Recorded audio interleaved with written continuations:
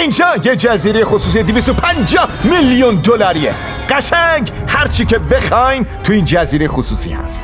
من میخوام تفاوت این جزیره رو با یه جزیره لوکس 150 میلیون دلاری، یه جزیره بزرگ 45 میلیون دلاری و یه جزیره یخزده 5 میلیون دلاری رو نشون بدم. همینطور میریم جلو تا به ارزون ترین جزیره خصوصی دنیا برسیم. یعنی این کم کم دارم فکر میکنم شاید هممون روش اولین قدممو روی این جزیره جدید میزنم. اینم $1 بیار.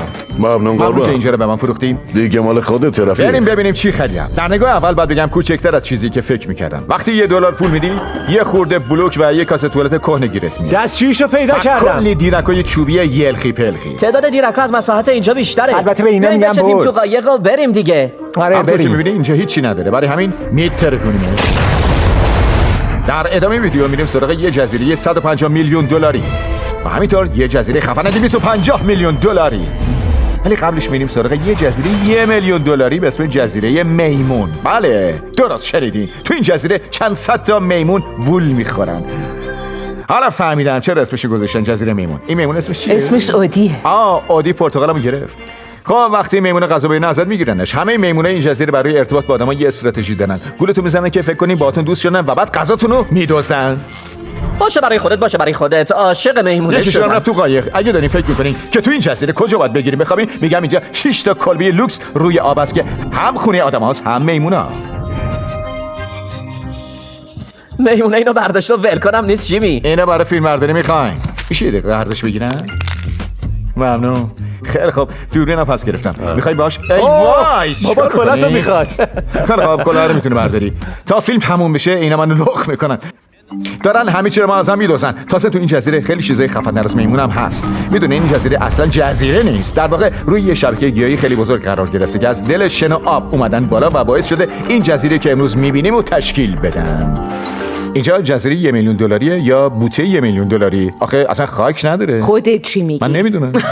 فکر میکنم اونی که تو باهاش میسازی بعد جزیره از طرف میشه. دیگه جزیره یه تفریحگاه و استراحتگاه خصوصی هم هست. قسمت ماساژ هم داره. دارم نه. سعی میکنم تو آب نیافتم. من میخوام با یه میمون ماساژ بگیرم. خیلی هم باحاله. حالا فکر کنین آبای دور جزیره یخ بزنه. چی؟ تصورش هم سخته، ولی میخوایم این سختی رو به جون بخریم که خودمون رو راضی کنیم. آخه جزیره 5 میلیون دلاریمون خیلی سرده. الان میخوایم بریم جایی که بیشتر طول سال این ریختیه. ولی الان این ریختیه. شوخی ندارم ها. این جزیره الان انقدر سرده که درجاشی که دورش گرفته یخ زده و قشنگ منجمد شده. پس برای رسیدن به اونجا باید سوار این ماشین جالب بشی. داریم اسکی میکنیم. آره چون سورتمای عادی برای این جزیره پیش پا افتاده بودن. پس باید هاورکرافت می‌بریم. خیلی باحاله. چه ورودی با کلاسی بشه. فقط 30 ثانیه طول کشید تا با این ماشینمون برسیم. گفتی چند درجه است؟ 0 درجه سانتیگراده. خیلی سرد رفیق. این شبیه پیرمرده است. برای همین دویدن اومدن تو این کلبه‌های پیشرفته خودگرم کن که گرم بشن. وای اینجا چقدر کوچیکه. ببین دیگه برای تو جا نیست. دیگه باید صمیمی این کلبه‌ها بخوابی. در تمام طول سال برقرارن، چون نه تنها میتونن روی آب دریاچه شناور بشن، بلکه تو اوج سرما هم طوریشون نمیشه. ولی حداقل تو زمستون منظره زیبای شفقای قطبی رو میبینید. با 5 میلیون دلار میتونید یه سرزمین عجایب وقتی زمستونه تو این داشته جزیره باشید. هستین میتونید نامحدود از غذاهای 5 ستاره‌اش فکر استفاده میکنم کنید. باید باهاشون فنلاندی حرف بزنیم. Tämmöinen perinteinen suomalainen. در ضمن این جزیره یه کلبه لوکس هم برای اقامت داره. اینجا خیلی خوشگله. خیلی خوبه خوشگله. بچه‌ها. قبوله، من اینو میخوام، برام بخرش. بچه‌ها بیشتر اوقاتشون رو روی دریاچه یخزده گذروندن، یعنی جایی که تونستن سورتمای واقعی سوارشن. آخ دستکششو گرفت. وای خیلی جزیره خفنیه. واقعا فکر نمی‌کنم جزیره دیگه‌ای بتونه مثل اینجا باشه. شاید جزیره‌ایه که بتونم شانس دستم به حس دست کنم. کار رو کرده، چون جزیره بعدی نه تنها خیلی گرمه بلکه قیمتش از قیمت کل جزیره‌ای که تو الان دیدی بیشتره. این جزیره کوچیکه ولی میشه گفت یکی از لوکس ترین جزیره‌های دنیاست. خیلی خب بریم خونه‌شو ببینیم. وای ضیافته. خیلی خوشحالیم که مهمون ما هستین. امیدواریم بهتون خوش بگذره. فقط چیزی رو خراب ولی بیان نکنین. یه چیزی رو خراب کنیم. عجب حموم نازی. آدم این پودار معمولا از حمومایی خوشش میاد که راحت 30 تا 1000 نفر توش جا بشن، ولی انگار اینجا به یه حموم منطقی رضایت دادن. وقتی 16 میلیون دلار بدین علاوه بر حمومی که اندازه همون جزیره $1، یه هلیکوپتر هم رو جزیره بهتون میدن که ظاهرا برای این جزیره زیادی بزرگه. جت اسکی هم داره، یه زیردریایی هم داره، یکی دیگه هم سمت راسته، یه زیردریایی کوسه هم اونجاست. یعنی به هر کدوممون یکی میرسه. خب پس هممون میریم، خوش بگذره. عالیه! خدایی سرعتم خیلی من زیاده. عاشق جزیره های خصوصی ام ولی داره رودا میاد تو دهنم. کارل الان تنها آرزو چیه؟ که از این پیاده بشم. وای رفتیم زیر آب دیگه رسما ماهی شدیم. بعد از این لودیگو کارت با سرعت 500 مایل بر ساعت افتادن تو آب، به ساحل برگشتیم تا یه نفسی تازه کنیم. لودویگ میخواد از هلیکوپتر بپره پایین. راست میگه میپره. نه من نمیبرم. چی میگین؟ حتی آخرتون چیه؟ من حرفی ندارم. دارم منو ببر. این هلیکوپتر بچه ها رو میبره بالا و اونا قرار از بالا بپرن تو اقیانوس. اوه خدای من. خیلی مسخره است. نباید همچین کاری تازه کنیم. این جزیره 16 میلیونیمون بود، حالا این دفعه میخوایم از هلیکوپتر بپریم پایین. واقعا میخواد بپره. اوه خدای من. دیدین؟ دارن میپرن. دوست دارم. داره میپره.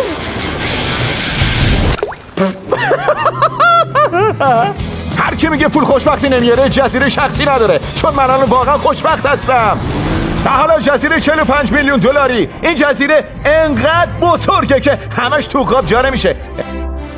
هی سلام. نمیدونستم قراره بیان استقبال. من هر وقت میرسم یه جایی و میبینم آدما چند ساعت سر پا بودن و منتظر ورود من بودن معذب میشم. سلام، بفرمایید اسموتی بلوبری. این خنکه؟ آره این خیلی. بخونه حالش بد میشه. حالا شما رو میبریم تا همه جای جزیره رویال رو بهتون نشون ببینیم با بدیم. 45 میلیون دلار چی نصیبمون میشه.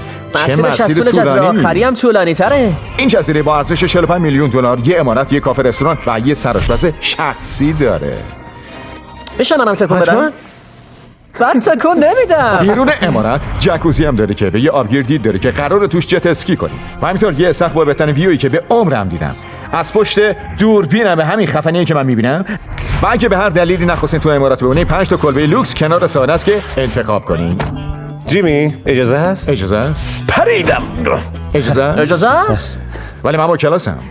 ولی حتی بعد از کلی گردش و تفریح با این امکانات وقتی کل یه جزیره در اختیارمونه باید باید پینگ پونگ بگم بازی که اینا کنی. دلیل خاص بودن این جزیره نیست. دقیقاً اون طرف جزیره یه سری خراب است که هنوز بهشون سر نزدیم. من میخوام وای ببینم. نه.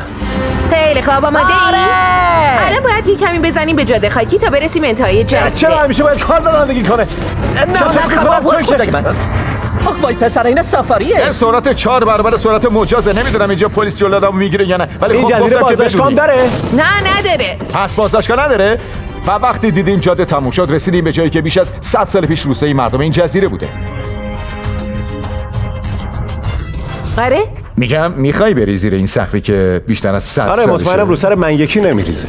پسر اگه همین امروز تصمیم بگیره بریزه حق نداری شوکی بشی یا؟ یالا بیا این طرف تا نمردی. و وقتی از خرابات رد شدیم بهترین منظره کل جزیره رو با هم دیدیم. خیلی بهتر شد. رانندگیمون انقدر طول کشید که یادم رفته بود تو یه جزیره هستیم. جزیره از اونجا شروع میشه تا اینجا هم ادامه داره. قشنگ دور ما یه حلقه میزنه و به اون خط ساحلی اون بالا میرسه. راستش خود من حاضر نیستم 45 میلیون دلار برای یه جنگل گنده و یه مش بقایای تاریخی پول بدم، ولی حتما یه خرپولی پیدا میشه که میگن جزیره بعدیمون دومین جزیره گرون قیمت دنیاست. اینجا یه جزیره 150 میلیون دلاریه. اینجا 8 تا عمارات فوق لوکس داره و بهترین قسمتش اینه که کل برقش توسط پنل‌های خورشیدی و توربینای آبی تامین میشه. اینجا خونه چند گونه از خاص‌ترین حیواناییه که به عمرم دیدم و بیش از 40 سال ساختش طول کشیده. این جزیره برق از سرتون میپرونه. فکر کنم وقتی میگیم جزیره شخصی همچین چیزی میاد توی خیلی ذهن. خوب، آخه اینجا هم جزیره شخصیه دیگه. خیلی خوب. و ظاهراً اولین کاری که اینجا باید انجام بدین اینه که دستاتون رو بشونین. حواستون باشه که با میکروبای بیرون از اینجا من که دستامو جزیره رو شستم. آلوده نکنین. و هر کی میاد اینجا نارگیل آخه میدین. میوه‌ش کم نشده. آره نشده. نمیدونم چون اینجا خیلی با کلاسه نمیزنم ما برونیم یا خبر از فرمان کارل شنیدم. ولی به هر کدوممون یه راننده شخصی دادن. حس میکنم از اون تجربه هایی باشه که فقط یه بار تو زندگی آدم اتفاق میفته. مگه اینکه فکر بازم نکنم بیای. جیبم اجازه بده. ما که قیمت این جزیره 150 میلیون دلاره، ولی میتونین برای خودتون اجارهش کنید. اونم به قیمت روزی 140,000 دلار. مفت. اصلا نفهمیدن رفتیم بالای کوه. شنیدم که اینجا لوکس ترین جزیره خصوصی دنیاست. درست میگم؟ درسته. عجب منظره‌ای داره. به اینجا میگن خونه بزرگ. ولی قبل از اینکه بتونیم خونه بزرگ رو بررسی کنیم، دوستای احمقم حواسشون پرت یه لاک پشت شد. لاک پشت دارین؟ بخور دیگه. آفرین. شما برین بقیه جزیره رو بگردین. این جزیره انقدر خفنه که برای هر یه نفری که میاد اینجا 10 تا کارمند است که هر چی خواستین در اختیارتون بذارن. کلی آدم وایساده که هی به آدم غذا و نوشیدنی تعارف میکنن، میپرسن برنامه فرداتون چیه. ما هم که فقط دنبال لایک پشتیم. آفرین. بین همه دوستانمون نولانه که میخواد از همه چیز سوء استفاده کنه. آره خیلیشه قربون دارم. خب ببینم دارین چیکار میکنین؟ داریم بیلیارد میزنیم. با 10 نفر آخه. اینا اومدن برای تشویقم. خب مجبور نیست کجا اینجا باشن؟ باشین که تشویقش کنی. خدایی که نشینین و باشه. استراحت نکنین ناراحت میشن. اگه دل توجه میخواد مجبورشون نکن سر پا وایسن. تازه 1 ساعت گذشته و بعد بگم که تا اینجا این بهترین جزیره بوده. علاوه بر این یه خونه اینجاست که یه تراس خیلی بزرگ داره که حتی میتونین روش گلف بازی کنی و توپا رو بزنین بره تو اقیانوس، چون اینا از غذای ماهی درست شده.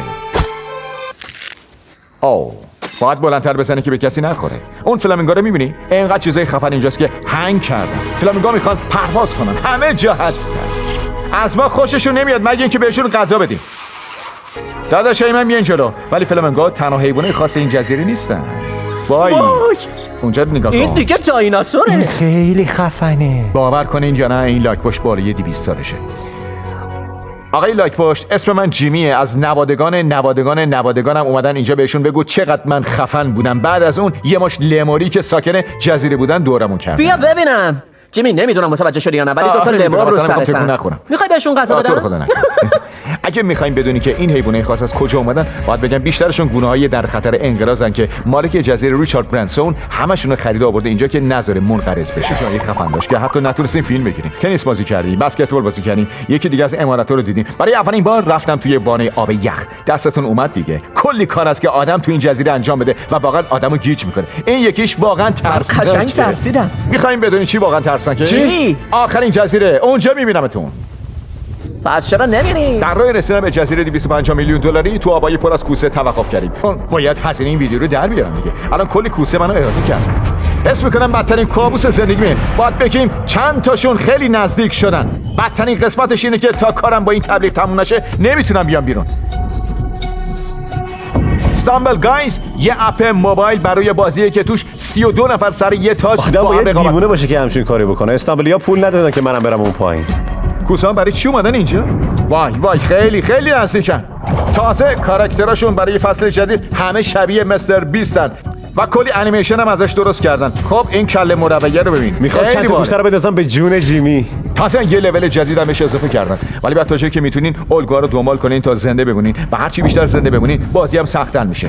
کوسه داره منو میزنه. فکر کنم کوسه داره میزنه به قفس. دارم تکون میخورم. خدای خیلی ترسناکه. من خودم ابزارهای جدید خودم معرفی کردم. پس میتونین لول مستر 20 رو برای خودتون بسازین. میگن این خفن‌ترین فصل بازیه. باید لول مستر 20 رو امتحان کنین و یه لول برای خودتون بسازین. ببینم چیکار میکنین.